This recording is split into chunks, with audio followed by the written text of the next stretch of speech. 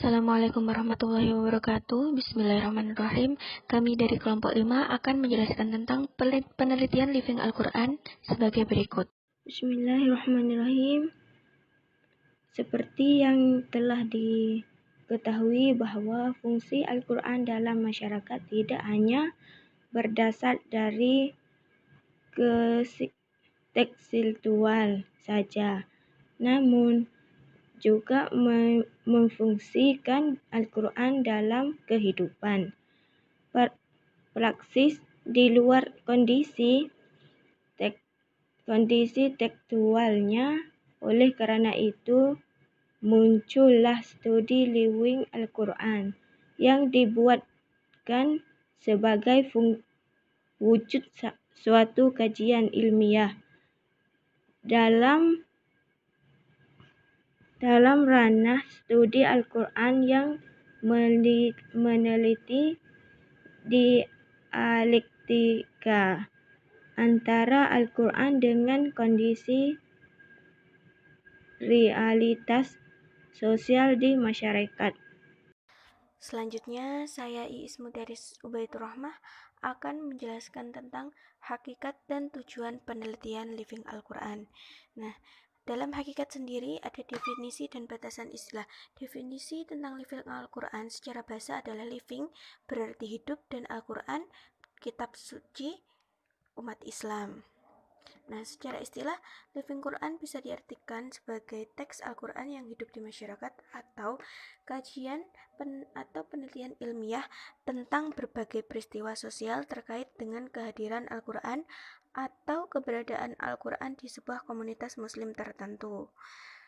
Batasan atau istilah penelitian Living Al-Quran sendiri ini dapat mengkaji tentang kehidupan masyarakat luas yang menerapkan Al-Quran dalam kehidupan sehari-hari ataupun bermasyarakat. Sedangkan tujuan penelitian Living Al-Quran sendiri adalah untuk melihat bagaimana Al-Quran itu disikapi dan direspon oleh masyarakat muslim dalam realitas kehidupannya serta perannya dalam budaya sosial setempat. Living Quran juga memiliki peran untuk menjelaskan tentang interaksi umat Islam dengan Al-Quran itu sendiri. Sekian dari saja, akan dilanjutkan oleh pemateri selanjutnya. Baik, selanjutnya mengenai objek material dan objek formal. Objek materialnya di sini adalah masyarakat, sedangkan objek formalnya bisa berupa resepsi, relasi, pemahaman, pemaknaan masyarakat terhadap ayat Al-Quran. Macam dan pemetaannya yaitu yang pertama mengkaji respon atau resepsi masyarakat terhadap Al-Quran atau terhadap hasil penafsiran seseorang atas Al-Quran. Yang kedua, mengkaji fenomena sosial yang lahir dari adanya interaksi antara manusia dan Al-Quran. Yang ketiga, studi Living Quran merupakan ilmu-ilmu sosial sebagai perangkat, metodologinya sebagai cara untuk memahami fakta sosial yang terjadi di masyarakat. Baik, yang selanjutnya ialah langkah-langkah penelitian Living Quran dan tafsir.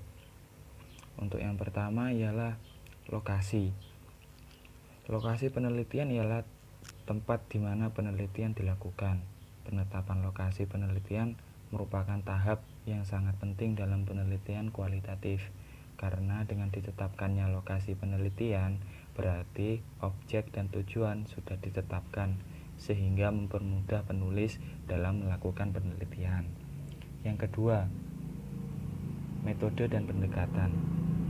Pendekatan penelitian merupakan cara berpikir yang diadopsi peneliti tentang bagaimana riset dibuat dan bagaimana penelitian akan dilakukan. Untuk metodenya, ketika pendekatan yang digunakan ialah kualitatif, maka metode penelitian yang digunakan juga kualitatif. Yang ketiga, sumber data atau subjek dari mana data diperoleh.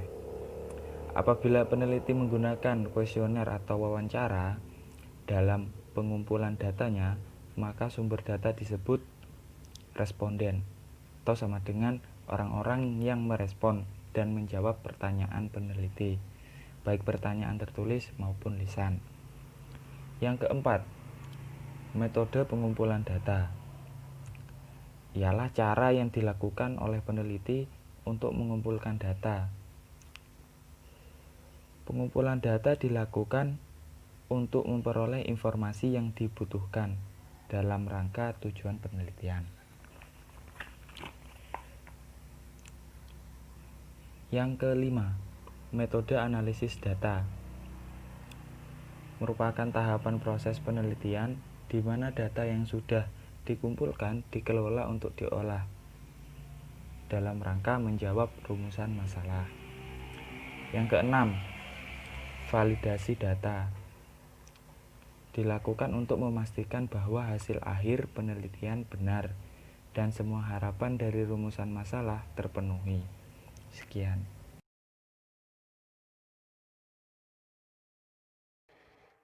Kemudian, metode dan pendekatan penelitian. Dalam hal ini, metode kualitatiflah yang lebih tepat untuk digunakan meneliti living Quran.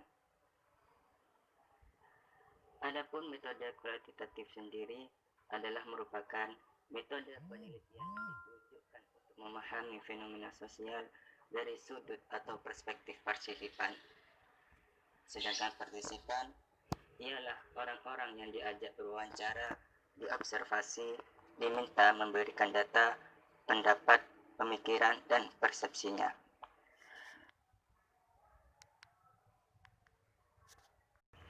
Adapun metode-metode dalam pengumpulan data yang digunakan yaitu 1. Observasi, yaitu mengumpulkan data langsung dari lapangan.